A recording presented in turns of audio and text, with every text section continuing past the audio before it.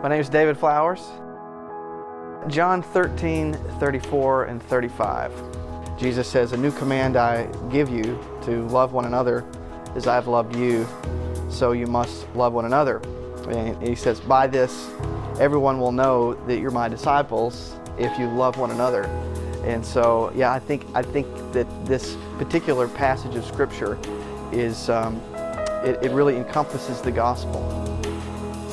I think the last church I served in as a youth pastor it was 2006, was when I had been studying and teaching through the Sermon on the Mount, and also looking at different places where Jesus had talked about this radical love, and it just captured me in a way that it never had before, particularly how it challenges our former allegiances.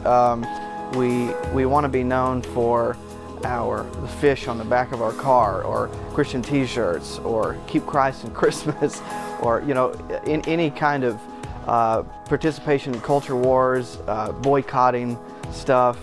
And Jesus says, no, the thing that is going to set you apart and the world will know that you belong to me is by the way that you love one another on the inside, of course also on the outside, loving neighbor and loving enemy.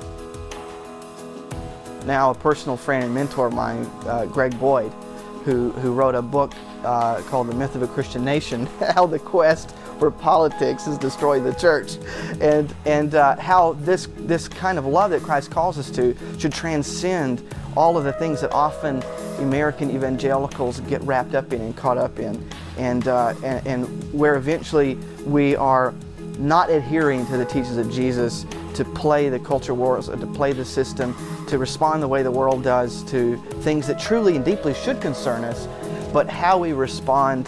That was the thing that I was reading and being challenged by, particularly by Greg Boyd, who in his church preached a series of messages on this that eventually lost some church members over this radical love of Christ that's willing to lay its life down and to always seek the good of the other regardless of the cost. And so that deeply impacted me.